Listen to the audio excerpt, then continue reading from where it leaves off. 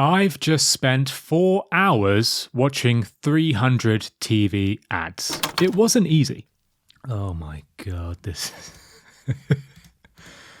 Wow, I thought ads were better than this. So why did I put myself through this TV torture? Well, it's to answer a question I've had for years. I've probably seen close to 100,000 TV ads in my lifetime, and I've spent years studying behavioural science.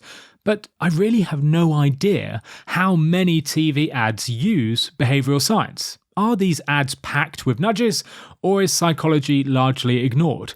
To help find out, I watched 300 different British TV ads from the past 20 years. Oh, 300 ads. Well done. Well, that was honestly quite difficult to watch 300 ads. Today, I will reveal what I learnt. I'll walk through how many ads use behavioural science, what persuasion principles they prefer, and which cognitive biases advertisers use time and time again to influence you. All of that coming up in today's episode of Nudge. Hello, you are listening to Nudge with me, Phil Agnew. Back on September 2nd, 2024, I sat down one evening to watch hundreds of British ads. Now, before starting, let me make it clear that this is not scientific analysis, it's not as rigorous as an academic paper, and I won't make any claims that my findings are at all reliable. I will certainly miss things, and I will constantly make mistakes. But with all that said, I'm just fascinated by ads, and I'm fascinated by behavioural science, so even with those warnings, I still wanted to go ahead. I still wanted to see what I would learn. So, let's rewind back to September 2nd, 2024. Here I am, right before starting. Okay, so the goal of today is to watch as many ads as possible and to rank them. Not in terms of my enjoyment, but in terms of the behavioural science that they use or don't use. I've always been interested in TV ads, and I've always been fascinated by behavioural science, and I've always assumed that the two must cross over, that ads must be using behavioural science to try and, nudge us. As we know, behavioural science is so effective. We know the studies that showcase it works. Surely ads are packed with them. But I'm actually not sure. I really want to satisfy this question I have about whether or not these ads contain behavioural science. Do they actually use the nudges that I talk about on this show, or do they not? Do they just use other forms of communication and storytelling? Is it a lot more maybe simple or non-psychological than I might expect? So, just to give you a bit of background into what I'm doing, I am on teleads.com, fantastic website. They call themselves the Netflix of TV ads. I am on their site and they have over 30,000 ads. I think I'm only going to watch a couple of hundred, not quite sure at the moment. And I'm going to go through these ads in random order, which means I could get given an ad. I'm starting with one very recent, the most recent ad on the site, but then I'm just going to go random. It's pretty much random. I'll go through all different years, and I'm going to be basically just doing one thing when I watch this ad, which is look to see if there are any obvious cognitive biases, nudges, or behavioural science principles being used. If there are, I will note it down. If I'll explain how I think they've used it, and then I will give it my own personal rating, and that'll be a rating based off how well I think they've used that behavioural science principle. So this isn't going to be my ratings on how good the ads are. We've got no way to measure that other than my personal view, which I don't think is very interesting. Instead, we're just going to be looking at these ads and trying to figure out, do they use behavioural science principles? And let's see what we find. I really have no idea. I honestly don't know if we'll go through 100, 200 ads and see loads of different principles being used. And this could be a really interesting show about all of the different principles that have been used over the years. Or it could be quite a dull one. And there could be basically no principles being used. We'll find out. So it's about 8:30 p.m. here. I'm going to just start watching ads until I'm so tired that I need to go to bed. Let's start with the first ad, which is for Kinder Bueno, and it's called Coffee Shop. Coffee for Ben? Ben? Crispy wafer, filled with creamy hazelnut, dipped and drizzled in delicious chocolate. Ben! Actually, it's pronounced Bwen. Why be basic when you can be bueno? Oh golly, this is going to be a long couple of hours. So that ad wasn't using much, I don't think. I think it was using a bit of alliteration with that saying at the end, why be basic when you can be bueno? So a bit of alliteration. There's some good psychology behind why that works and is more memorable. And it's obviously using a bit of humour as well with the buen joke. So I put those two nudges, those two biases into my system, and I will maybe, I don't really have any notes to add on that, so I'm not going to any notes. I'm going to give it a score. How well is it using behavioural science? I mean, it's very basic. I'll give it 2. I've got a 5-star scoring system, I should say that. So I'll give it 2 out of 5 stars. And I think it's time to just keep watching ads. I'm not going to be giving commentary like this for the next couple of hours. I will edit this down and hopefully cut back to a more succinct version of me explaining what I've discovered. All right, time to get going.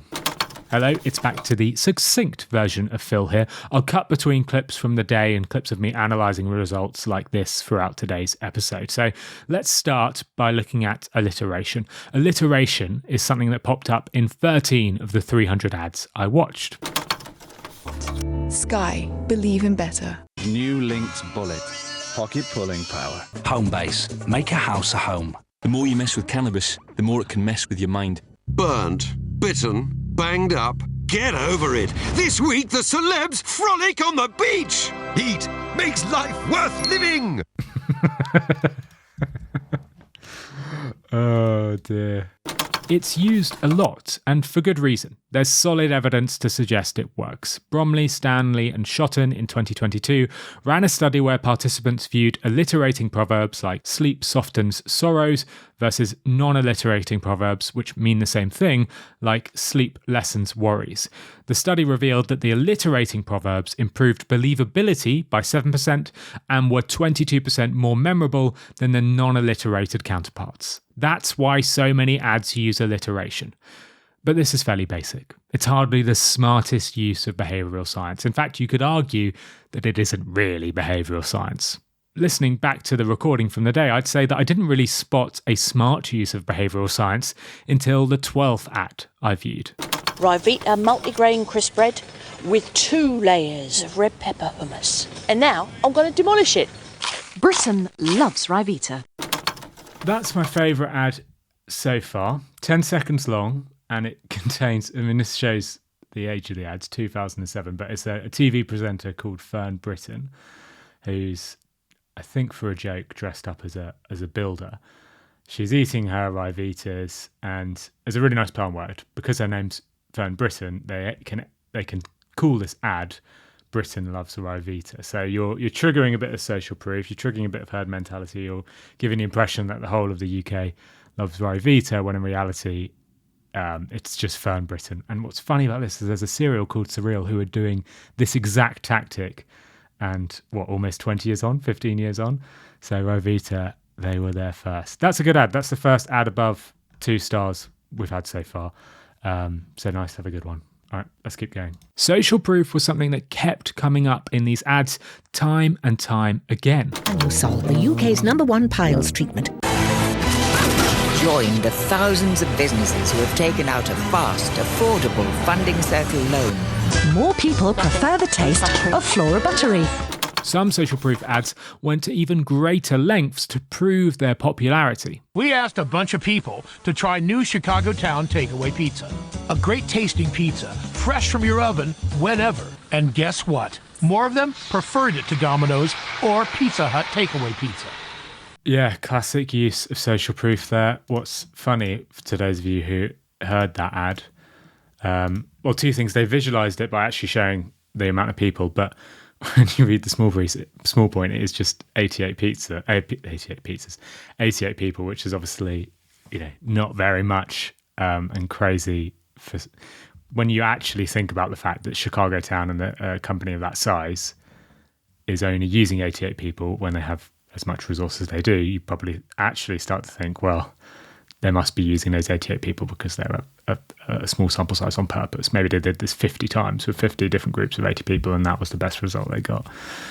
So it is suspect, but it's a really good use of social proof, isn't it? The majority of people prefer Chicago Town. That would have probably been a quite successful ad.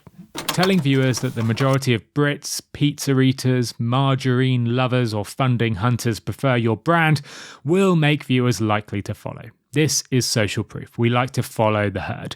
In an experiment by Duke and Peking University, researchers found that indicating which dishes were most popular in a restaurant chain's menu increased those dishes' demand by up to 13 to 20%. According to the book Tune In, McFlurry's sales increased 55% after it was named the most popular dessert. I'm not surprised to see social proof used in ads. But right after hearing the Britain Loves Ryvita ad, I watched the first ad, which I thought contained 4 different principles of behavioural science. Here it is. It's a classic ad for Walker's Crisps, containing the well-known former football player and general celebrity Gary Lineker. Oi, oi! The Builder's Breakfast! What a treasure! Dig into bacon, sausage, egg and beans, you just can't beat it. Try the 6 new Walker's flavours and vote for your favourite at walkers.co.uk. This ad uses a few biases. First, it has a celebrity in it, so it benefits from the halo effect, which, as we'll see later, is a very common tactic. Secondly, it's using social norms. It's suggesting that builders love this certain flavour of Walker's. There's humour in there as well, which I'm loosely defining as a behavioural science principle.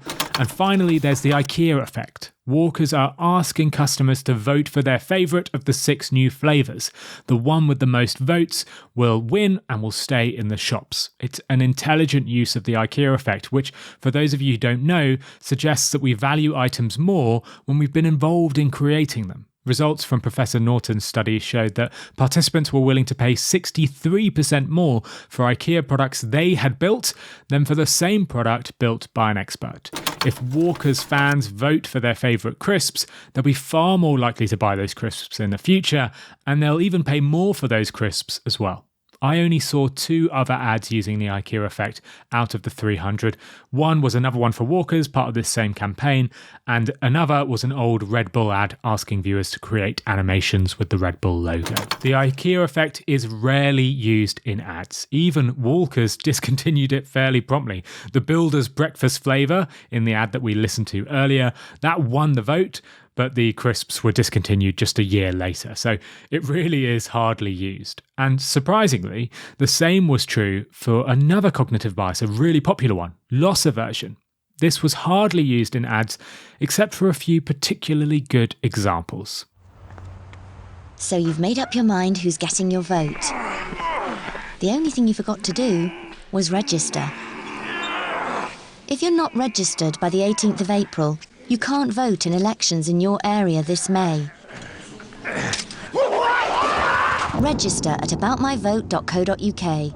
It's your vote. Don't lose it. I think the biggest use of loss aversion we've seen so far. It's your vote, don't lose it. Really not talking about the benefits, really talking about the losses. And the visual on screen there was some bodybuilders attaching a man who's just walked into a polling station to a bungee cord, which is attached to a dustbin outside, and it's flung him outside. So not only has he lost his vote, he's been through a bit of trauma, really. I guess quite a good ad. Loss aversion popped up only a few more times, like in this ad for the DVLA. If you haven't renewed your car tax, your car could be clamped, towed, or even crushed. And this for Norwich Union. You could be gone. Without life cover, how would your family cope? Only 6 out of the 300 ads I watched used loss aversion, and this really surprised me. In a study by Aronson from 1988, 404 homeowners received information about insulation. One group was told about the potential benefits of insulating, so you'll save $75 a day, while another was told of the losses they'll incur if they didn't insulate. The loss framing led to a 56% improvement in sign-ups compared to the benefit framing. It is a powerful persuasion principle, so I was very surprised that it's rarely used in TV ads. Some principles, however, were far more common, like the Barnum Effect in this advert for pimps. 10 of you, 1 of me, glasses. Anyone for Pims? First use of the Barnum Effect, which is the idea where if you use a question in an ad, it's rated more favourably. Famous Burkrank study found that ads with a question are 22% more rated 22% more favourably. So the Anyone for Pims ad is a good use of that. Good use of humour as well. Yeah, okay, we're seeing quite a few behavioural biases here. I don't know if Pims knew they were using that, but I know that's a very successful term for them, so maybe it worked. Loyal listeners will know I've tested the Barnum Effect myself. I created 2 Reddit ads, one with a question. It read, "Bored of boring business podcasts?" ? And then another version of that ad without the question, which simply read, "Ditch boring business podcasts." The question variant received 15% more clicks than the control, which contained no question. It seems that TV advertisers have cottoned on, as 12 of the 300 ads I watched contained questions like this. Can your business insurance do that? Do you get enough vitamin D? When was the last time you could go camping for just 95p a night? Bothered by unusual odour and discharge? Know the helpless feeling of watching a glass of red wine tumbling towards your carpet? Relax. Advertisers seem to know about the power of questions. And at this stage, I was getting quite excited. Slowly and slowly, I was seeing more and more ads using behavioural science. But for every good ad, there were probably 2 or 3 pretty bad ads. Even some that I thought were quite ethically questionable. TK Maxx has famous brand fashion, but always for up to 60% less. So the line there is always for up to 60% less. So it sounds like sort of a bit of skin in the game, consistency principle. We always offer something, which I think is quite smart. You know, if somebody's able to say we always guarantee that we serve cookies that are made within 10 minutes, that would be a very popular advert for a cookie store. But T-Max have used this very unethically here. So they've said always up to 60% off, which could mean up to 60% could be 0% off. So it's a totally irrelevant term. I'm amazed this ad was allowed. This is 2007, so pretty naughty. But yeah, you can see that they're trying to use a bit of a behavioural bias there of the word always triggers feelings of trust and consistency. All of those principles, sunk costs as well. You're more likely to invest in something if they make trustworthy claims, but very unethical. So yeah, probably I'm not ranking these on how ethically valid they are, but probably the worst one we've seen from that regard. That was a pretty bad ad, and slowly as the night wore on, I started noticing more and more ads that didn't seem to use behavioural science at all. Hey, this is Moo. At Moo, we take what makes you and your business so amazing, whether you're big or small, and turn it into the perfect oh-so-premium paper version of you. Looks like someone likes their new cards. Visit moo.com and get a free sample pack. Oh, it's so... bleh. Power of 3, I guess, because they're offering a free sample pack, but one of my least favourite ads. There were a lot of ads like this, extremely positive, just showcasing the product benefits, very textbook and quite boring. The only thing this Moo ad did from a behavioural science perspective was offer a free sample pack of business cards. In fact, the power of free is a very common tactic. I saw it in 22 different ads in total. Buy and collect any one pizza from Domino's, and we'll give you another pizza absolutely free. The Legends Collection, 13 amazing CD albums from the all-time greats, all free with the Daily Mirror and Sunday Mirror. Including up to 6 months free Apple Music. Free limited edition Coca-Cola can glasses at McDonald's. One free with every large meal or premium salad. Choose from rewards like free evening and weekend calls on Canary Pay As You Go. We are drawn towards free items. That's why so many of these ads talk about 3 things. There's a famous study where customers were shown 2 chocolates. The first was a Hershey's Kiss for 1 cent, and the other chocolate was a Lindt chocolate for 50 cents. The Lindt chocolate is fairly objectively the better chocolate, and despite costing 49 cents more, 50% of people picked the Lindt chocolate in this scenario. When asked to choose between the Hershey's Kiss and the Lindt, 50% picked the Lindt. But something very interesting happens when you reduce the price of both chocolates by 1 cent. Now, the Kiss costs 0 cents and the Lindt chocolate costs 49 cents. The Lindt chocolate is still 49 cents more than the Kiss, just like with before, but customer behaviour changes dramatically. Now, rather than 50% of people picking the Lindt and 50% picking the Hershey's Kiss, well, now 90% of people pick the Hershey's Kiss. Why? Well, because it's free. We love free things, and advertisers know this. Now, it was getting late in the day and I was getting quite tired and very bored of watching ads, so I decided to end it for day one. I think I'm going to end it there for the day. I've done 116 different ads. I'll try and do some more tomorrow, definitely get up to 200, maybe 300, and then we can review the results. All right, see you tomorrow. Okay, it is time for the second day of watching ads. We got to 116 last night. Let's keep going. Let's see how many we can watch. I would watch 184 adverts on day 2, getting all the way up to 300. And pretty early on day 2, I watched an ad I quite liked. I got AXA car insurance. Go to AXAinsurance.com, where the more experienced you are, the more you'll save on your car insurance with up to 90% no claims discount. If you think your driving experience should be rewarded, join us. Experienced drivers wanted at AXAinsurance.com. AXA, redefining standards. Quite a smart ad, that. I like that a lot. Talking about how experienced driving is rewarded and then saying experienced drivers wanted. So they're benefiting from the idea that all of us, there's this famous study which shows that if you ask 100 car owners if they think they were above average at driving, obviously rationally only 50 should say they are. I think 90 actually say they are, something crazy like that. So they're playing off the confirmation bias here, which is the idea that people seek out information which they already believe. So people already believe they are experienced drivers, so they're more likely to act when AXA says we're seeking out experienced drivers because they feel part of that group, even though AXA smartly know that everybody feels part of that group, perhaps other than learners.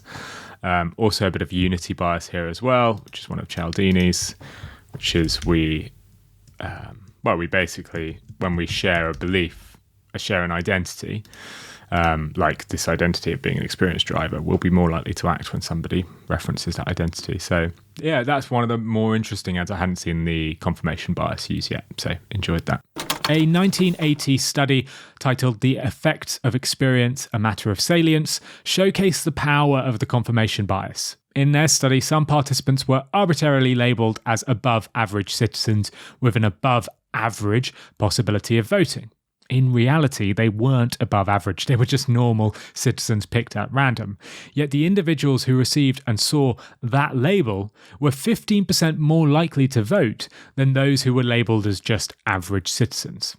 AXA were probably benefiting from a similar approach. Most of us see ourselves as experienced drivers, so we're more likely to pick AXA because they conform to our existing belief.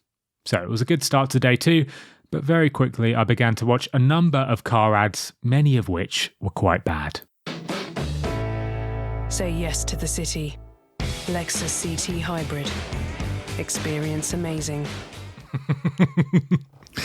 Say yes to the city, whatever that means. Lexus Hybrid. Experience amazing. It's just random word generators for these car ads, isn't it? Okay, let's keep going.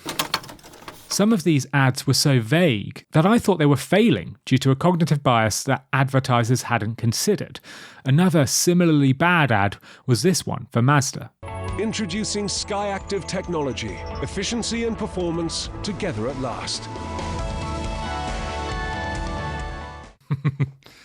Because you can't visualize that. What is SkyActiv? It's not a good example of concrete phrases. Call it something like smooth ride and you can visualize that, or frictionless wheels, or there was the last ad I watched which was about having an engine which didn't make much noise. That's something you can visualize. SkyActiv technology is so vague it's pointless, especially when it's not explained. So yeah, I think actually quite a bad example of the concrete phrases expected there. Mike Treharn and Richard Shotton's 2021 study found that participants remembered 6.7% of concrete phrases, like fast car, but only 0.7% of abstract phrases, like innovative quality. That's a tenfold difference, just with some phrases being concrete and visible, like fast car, and some phrases being opaque and impossible to visualize, like innovative quality. Mazda's Sky Active technology will be forgotten because it's simply too vague. A good example of an advert that uses the concrete phrase effect properly is this Lotto ad. Win one of 50 Volkswagen Golf Blue Motions with the Cars and Cash scratch card from the National Lottery. It's easy to visualize 50 Volkswagens. It's a concrete phrase, and it'll make that ad a lot more effective. If they say, win the ride of a lifetime, it just wouldn't have worked as well.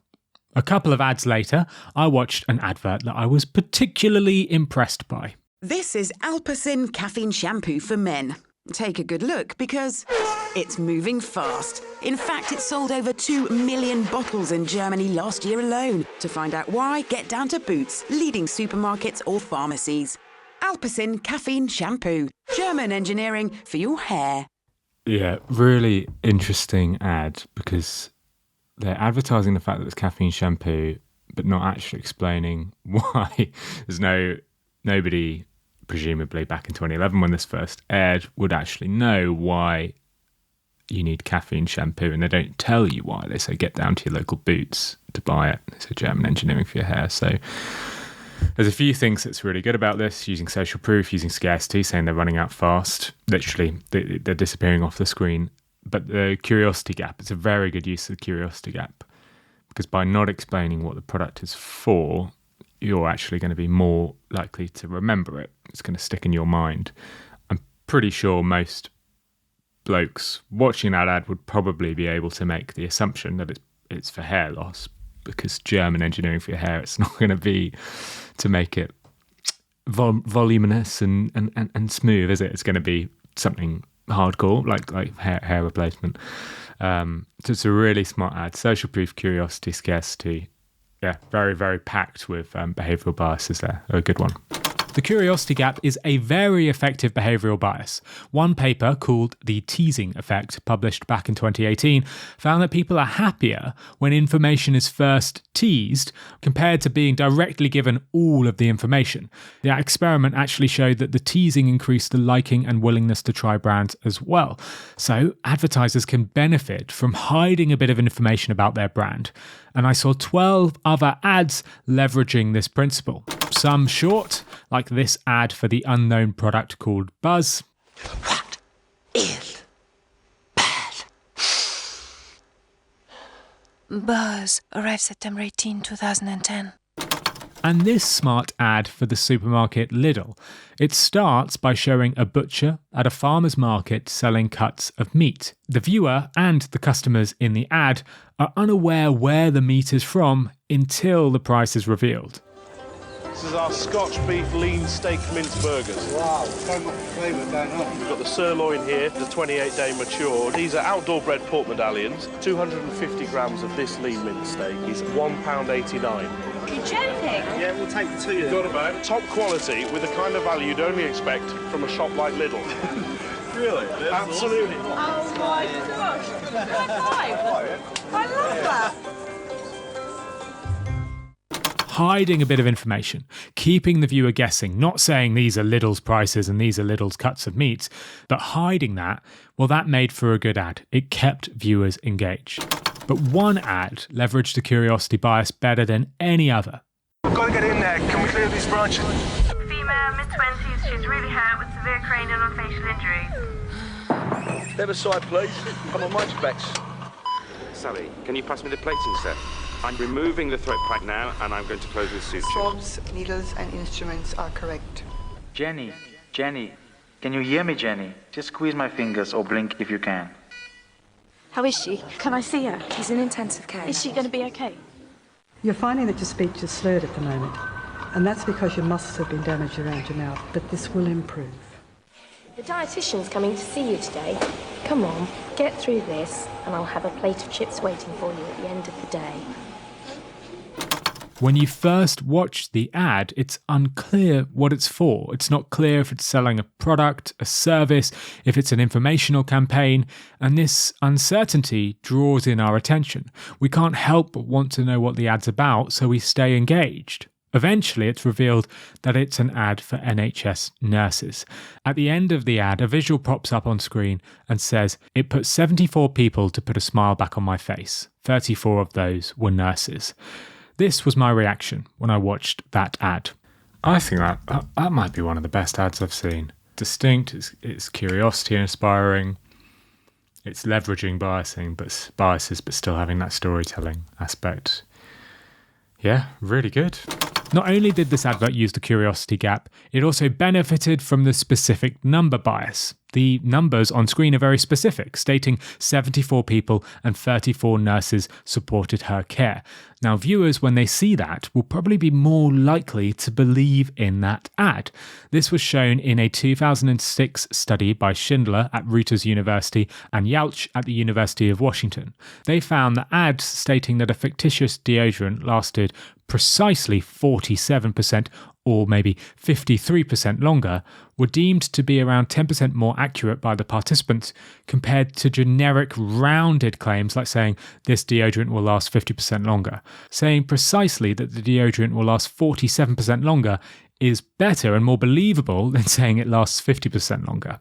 We believe in specific numbers, and it seems that some TV advertisers know this. Or you could buy a Blue Line approved Peugeot 308 with CO2 emissions of just 120 grams per kilometre and 62 miles per gallon. What's more, we give over 96% of the turnover back to our players as winnings. Unibet. By players, for players. I remember finding that 96% claim quite interesting at the time because it wasn't just using specific numbers, it was using anchoring as well. That's a really interesting use of... It's a really interesting bit of anchoring.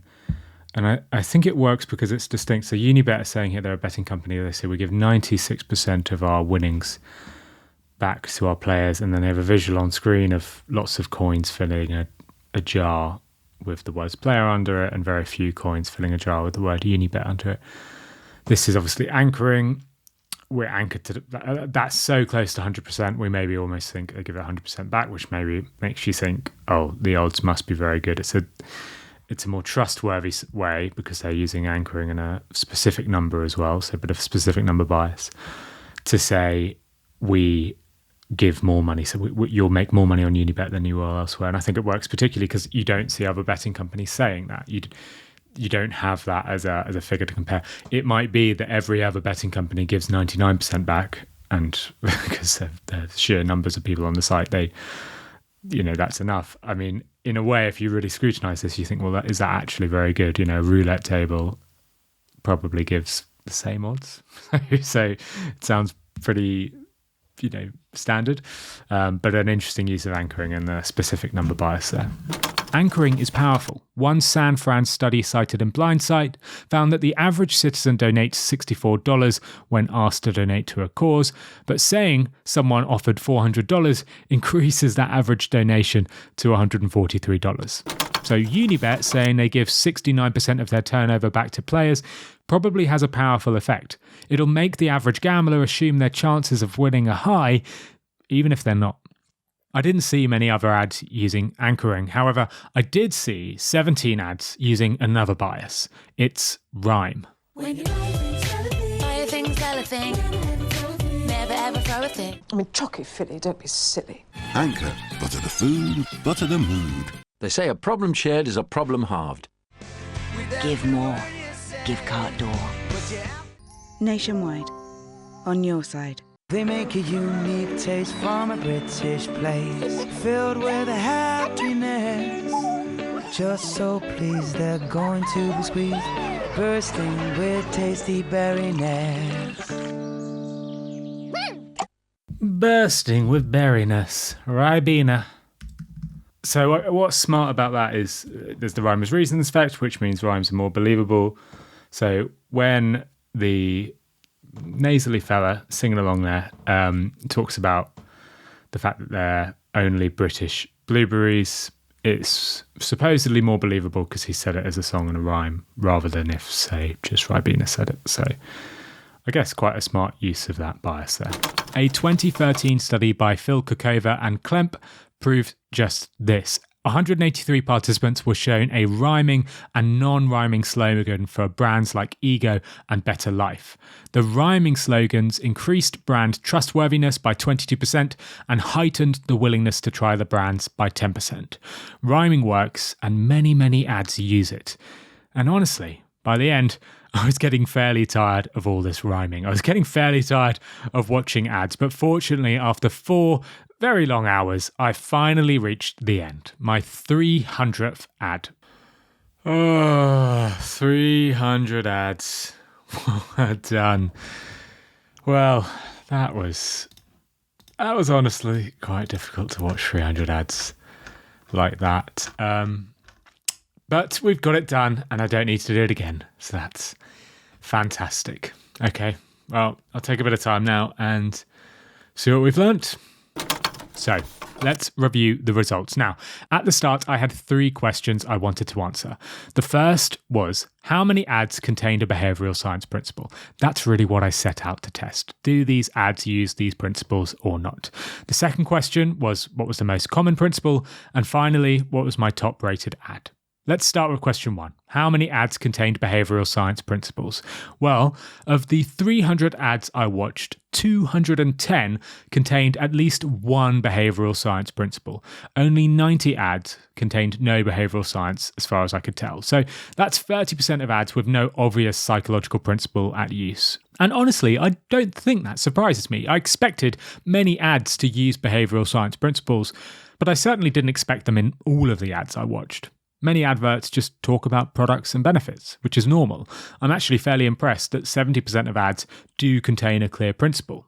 However, if we move on to question 2, we'll find that the reality is a little bit more complex. See, the most common principle I spotted by far was humour. Humour is used in 77 of the 300 ads I watched. Now, I really debated whether humour is actually a persuasion principle. There's obviously plenty of behavioural science evidence to suggest it works. It does really make an ad more memorable, but it's just pretty vague.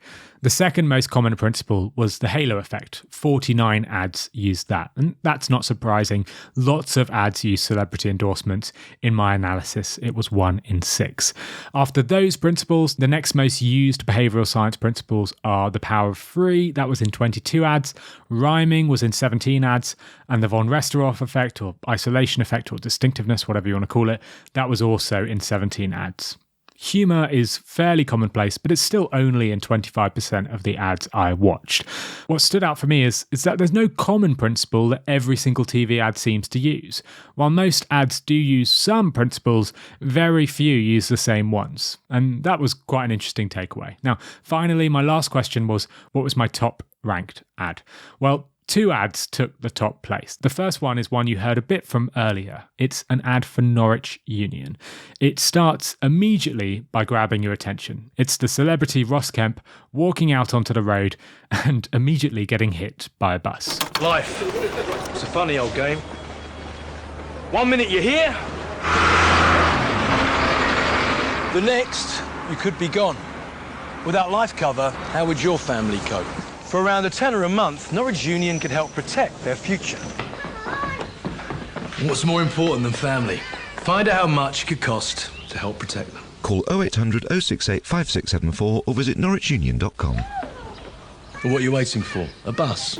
Here's what I said about that ad at the time.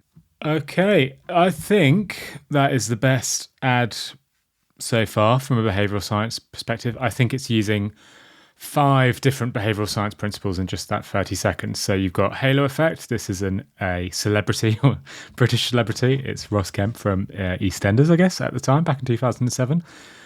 There's distinctiveness, there's von Restorff, bit of shock. He gets run over by a bus within the first 5 seconds of that ad. You have loss aversion by saying, what would you do if you lost your family, and a picture of your family when he opens his wallet. You have anchoring by saying for around £10 a month, you could have cover. And then you have consistency right at the end, where it's cool to find what you could say. What's smart about that, by asking people to call, is once they have done that call, they'll be far more likely to sign up because they've made the first step. They want to stay consistent with those actions. So 5 different principles, some quite well-known ones there. I think this is an example of this. I know is not the best ad I've seen. I've seen about 60 so far. Definitely not the best ad, but it's used the most behavioral science nudges, and that's actually what I want to know, what ads use the most. So this one is the first one that's got 5. And the second top ad, also with 5 nudges, was by Aviva, who weirdly were the same company behind the first ad. Maybe there's some behavioral scientists in-house. Anyway, here's that ad followed by my immediate reaction. Goes you very smoothly. Had a little browse on those comparison website things. Apparently, these chaps aren't on any. Aviva give you their best car insurance deal direct. Bang on. Now, see if I can't Google up a cup of tea. We're not on comparison websites. Go direct. Get the Aviva deal. I'd forgotten this ad existed, but it's kind of... I mean, I really don't know if it worked for them, but there is an element of it which is quite smart. So, there's a halo effect in there because there's a celebrity in the ad, a celebrity comedian. I guess you could also say it's humour as well because he's cracking a few jokes. But this is actually leveraging a few different biases. So they are advertising the fact that they're not on comparison sites, which, rational thinking would say, well, that's bad. You're losing exposure to customers. But weirdly, and I know they ran this ad for a while, so it must have worked to some extent, there's this flip side to it, which makes them more likable. First, it's sort of practical effect, showcasing a weakness, a flaw can make you more likable. And then you have basically a bit of labor illusion, sunk cost, a consistency, this idea that if they're not on comparison sites, well, they're incurring a cost, and that cost must mean that they are, I guess, you believe the fact that they are getting benefits that maybe they're passing on to the consumer. So they're losing out on extra profits, but perhaps they give those back to the consumers. So a bit of labor illusion there. And obviously it's consistency as well, because what this is going to encourage people to do is go to aviva.com and find the deal you get there. And once you've gone to the effort of actually doing that, there are just fewer people who are actually going to go check the comparison sites either after to even see if there is a better deal elsewhere. So it's basically quite a smart ad in that sense. So interesting ad. Yeah, again, probably one of the better ones we've seen in terms of applying lots of different nudges. I've got 5 in there. Pratfall effect, consistency bias, labor illusion, halo effect, and humour as well. Now, like I mentioned at the start, I don't really think either of those are the very best ads. I doubt they'll win many awards, yet I think they're some of the most effective. They leverage a number of different biases to persuade viewers. I've satisfied a few niggling questions today. Firstly, most ads do use some behavioural science principles. These principles aren't ignored by ad men and women. They're used pretty consistently. But there's no preference for one ad over another. Many use humour, many use celebrities, there's lots of rhyming, alliteration and freebies advertised, but there are dozens of other principles used as well. In total, I counted 35 different persuasion principles used across these 300 different ads. And let's face it, I probably missed many more. TV ads use behavioural science principles, maybe because they know they objectively work, or because the advertisers intuitively feel they need to include these things. Whatever the reason, there's one thing I know for sure. I'm not watching any ads for another month.